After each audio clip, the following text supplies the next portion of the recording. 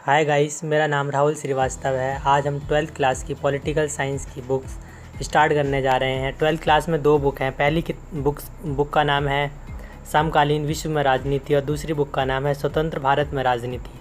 तो हम इस बुक को स्टार्ट करने जा रहे हैं, स्वतंत्र भारत में राजनीति।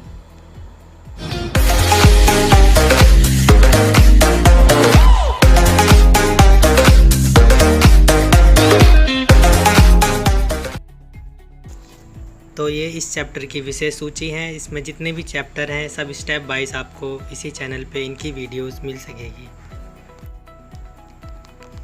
तो ये पहला चैप्टर है, तो हम इसे स्टार्ट करने जा रहे हैं, जिसका नाम है राष्ट्र निर्माण की चुनौती। जैसा कि आप देख रहे हैं, हेडिंग में लिखा हुआ है नए राष्ट्र की चुनौती। तो हमारा भारत ब्रिटिश शासन के अधीन था, जो 14-15 अगस्त 1947 की मध्य रात्रि को आज़ाद हुआ। जब ये आज़ाद हुआ तो इस हिंदुस्तान के पास ज़्यादा कुछ नहीं था, बहुत ज़्यादा आबादी थी, बहुत ज़्यादा धर्म के लोग थे इसमें। तो 1947 को जब हमारा देश भारत आज़ाद हुआ तो जवाहरलाल नेहरू पहले प्रधानमंत्री बनाए गए। जब वो प्रधानमंत्री बने तो स्वतंत्र भारत के सामने बहुत सारी चुनौतियाँ थीं, जैसे लोगों के खान पान की व्यवस्था करना, क्योंकि जनसंख्या बहुत ज़्यादा थी। उनके स्वास्थ्य सुविधा और जो भाषा के लोग हैं, अन्य धर्म के लोग हैं, उनकी आकांक्षाओं पे खरा उतरना ये बहुत ही मुश्किल था। एक तरफ लोग खुश थे कि हम आज़ाद हुए हैं, तो दूसरी तरफ ये दुख था कि हमें आज़ादी मिली लेकिन भारत के खंड के साथ मिली, क्योंकि भारत को दो भाग में विभाजित कर दिया गया, जिसमें से पाकिस्तान निकल कर आया। पाकिस्तान में भी धार्मिक युद्ध छिड़ा हुआ था और हिंदुस्तान में भी धार्मिक युद्ध छिड़ा हुआ था। हर जगह हिंसा फैली हुई थी। दोनों राष्ट्रों के सामने चुनौतियां थीं। हिंदुस्तान के सामने भी चुनौतियां थीं और पाकिस्तान के सामने भी चुनौतियां थीं। तो हिंदुस्तान की आबादी बहुत ज़्यादा थी और हिंदुस्तान का बंटवारा धर्म के आधार पर किया गया था।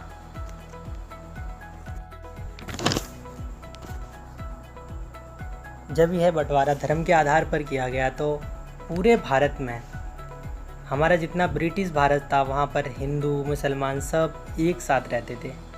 लेकिन जब बंटवारा हुआ, बंटवारे में ये तय किया गया कि जिस जगह मुसलमान ज़्यादा होंगे वो जगह पाकिस्तान में जाएगी और जिस जगह हिंदू ज़्यादा होंगे वहाँ पर हिंदुस्तान होगा।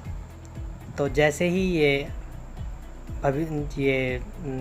प्रधानमंत्री ने और मुस्लिम लीग ने मिलकर इसके बंटवारे को सुनिश्चित किया कि कौन सी जगह पाकिस्तान में है, कौन सी जगह हिंदुस्तान में है, तो दोनों धर्मों के बीच, हिंदू और मुसलमान के बीच एक नफ़रत की दीवार खड़ी हो गई और बहुत ज़्यादा हिंसा फैल गई।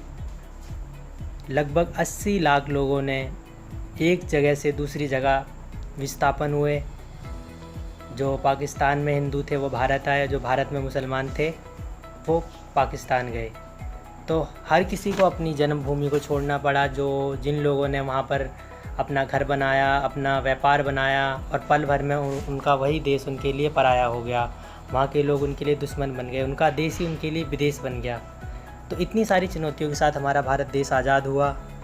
तो हमारे भारत के सामने जो पहली चुनौती थी वो चुनौती थी कि पूरे भारत को एक सूत्र में बांधना, क्योंकि यहाँ पर बहुत से तमाम धर्म, जाति, लिंग भेद के लोग रहते हैं। तो ऐसे में भाषा को लेकर, धर्म को लेकर पूरे भारत को एकत्र करना बहुत मुश्किल था, क्योंकि हर देशी रियासतें भी थी यहाँ पर। तो हर जगह भाषा को लेकर, धर्म को लेकर अपने अपने राष्ट्र की, स्वतंत्र राष्ट्र की मांग कर रहे थे।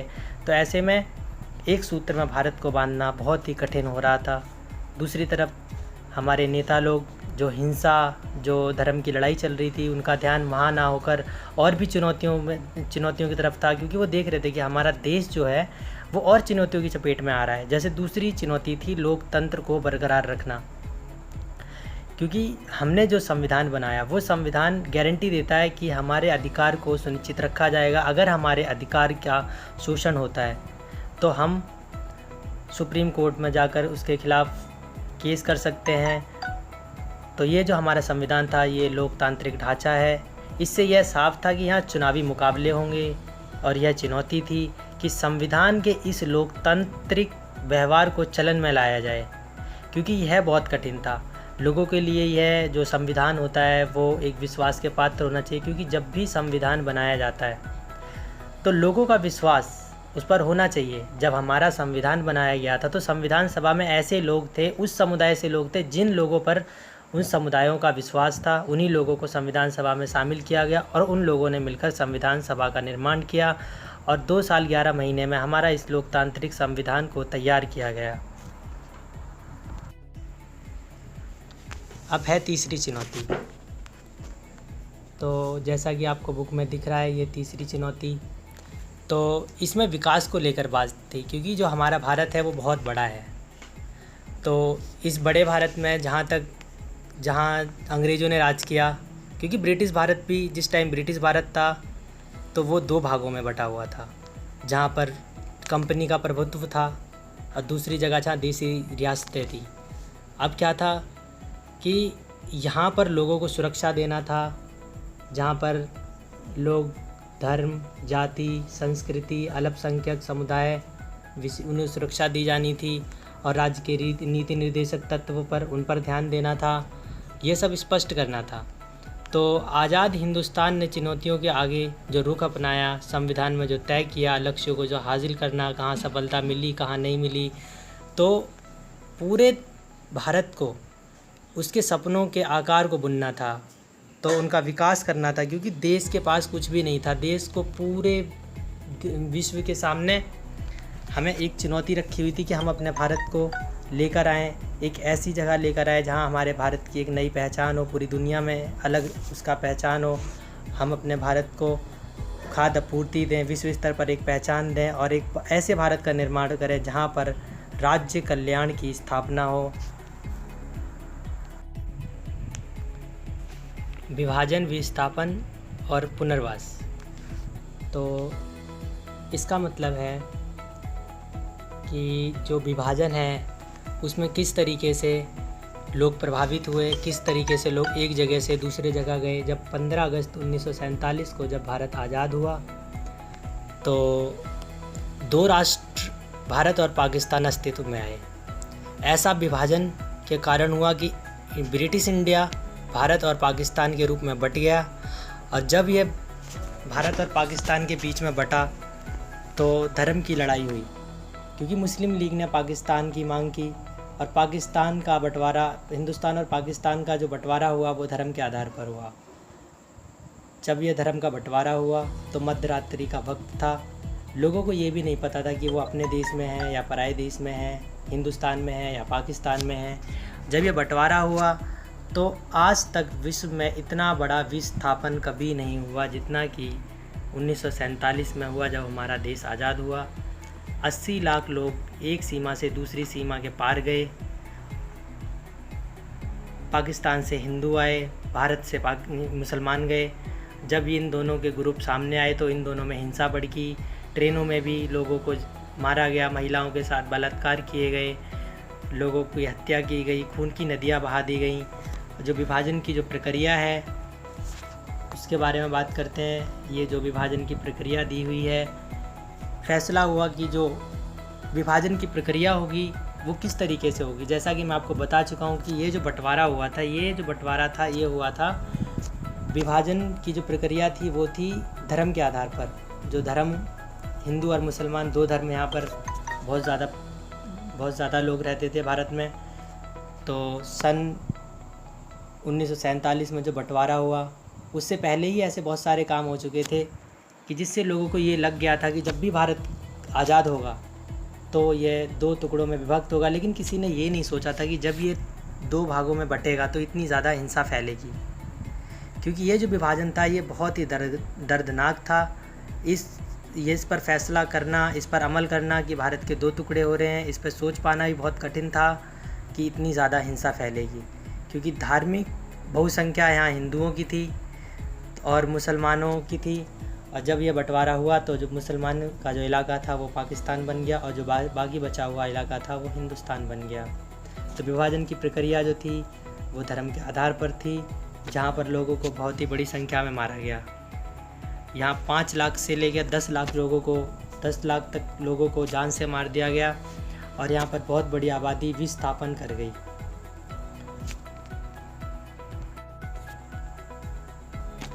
विभाजन के परिणाम।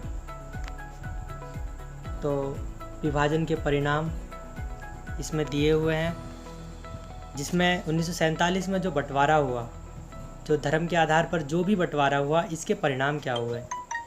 क्योंकि जब ये विभाजन हुआ, इससे पहले की अगर बात करें तो हिंदुस्तान में सारे हिंदू मुसलमान भाई भाई की तरह रहते थे। कोई पड़ोसी मुस्लिम था, कोई हिंदू था, किसी को कभी किसी के प्रति कोई भी दुर्व्यवहार या कोई नफ़रत नहीं थी। लेकिन जब ये बंटवारा हुआ तो हिंदू और मुसलमान के बीच में एक दीवार खड़ी हो गई, एक ऐसी त्रासदी हो गई जो एक विस्थापन का कारण बनी। इस विभाजन का मुख्य परिणाम ये हुआ कि दो धर्मों के बीच एक नफ़रत की दीवार फैली। इस विभाजन के परिणाम में ये भी कह सकते हैं कि लोगों को बहुत बड़े पैमाने पर मारा गया। 80 लाख के लगभग एक सीमा से दूसरी सीमा तक लोग स्थानांतरण हो गए। 5 लाख से 10 लाख तक लोगों को मारा गया। धर्म के नाम पर, समुदाय के नाम पर लोगों की प्रॉपर्टी को लूटा गया, उनकी संपत्ति को हानि पहुंचाया गया। बहुत बड़ी संख्या में नुकसान हुआ जो दोनों देशों को उठाना पड़ा। इसमें देखिए, जिसमें लिखा हुआ है मेहमान नवाजी का कसर। इसमें ट्रेन की बात कही गई है, जो दंगाई ने चलती ट्रेन को रोक लिया था और गैर मजहब के लोगों को खींच कर निकाल कर उन्हें तलवार से काट दिया, उन्हें गोली से भूंज दिया, उन्हें उतार कर उन्हें जान से मार दिया। लेकिन जो बाकी जो बचे हुए जो और लोग थे, उन लोगों को, जो उसी धर्म के जो लोग थे उन लोगों को उतार कर उन्हें वहाँ पर दूध दिया गया, उन्हें वहाँ पर फल दिए गए। और आयोजन के मुखिया ने कहा कि बहनों और भाइयों, ट्रेन के आने की खबर देर से मिली, इसी कारण हम आपका स्वागत पुरजोर से नहीं कर पाए। तो हम यहाँ देख सकते हैं किस तरीके से लोगों के मन में इंसानियत की कोई बात ही नहीं रही। यहाँ पर धर्म को लेकर बात होती है पूरी, लोगों को जो खींच कर जो लोगों को जो मार रहे हैं। तो यहाँ पर जो लोगों को मारा जा रहा है वो ये नहीं देख रहे हैं कि वो इंसान है क्या है, बस धर्म को लेकर। हिंदू है तो उसे मार दिया जाता है पाकिस्तान में, अगर हिंदुस्तान में है तो उसे मुसलमान समझकर मार दिया जाता है।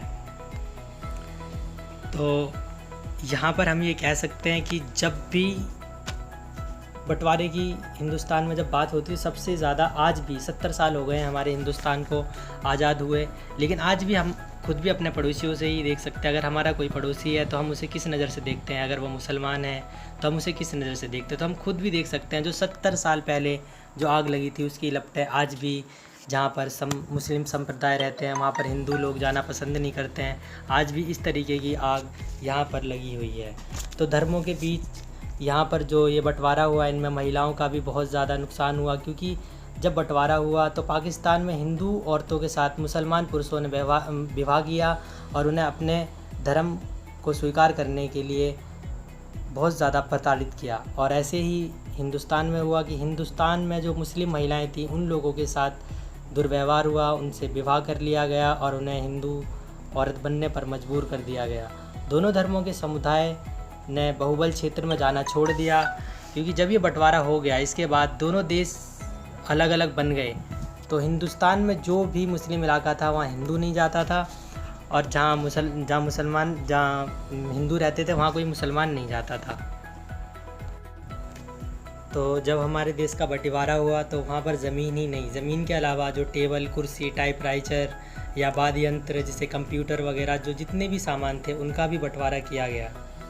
तो इस तरीके से हमारे देश का जो बंटवारा हुआ, किस तरीके से दो धर्मों के बीच में एक नफ़रत की दीवार पैदा हुई और किस तरीके से विभाजन हुआ, धर्म के आधार पर हुआ और इसके परिणाम क्या हुए। तो गाइस इस वीडियो में यहीं तक रखते हैं। गाइस जो हमारी नेक्स्ट वीडियो आएगी हम उसमें इस चैप्टर को कंप्लीट कर देंगे। तो हमारे इस चैनल को सब्सक्राइब करें एंड वीडियो को लाइक एंड शेयर करें और कमेंट सेक्शन में बताएं कि ये वीडियो आपको कैसी लगी।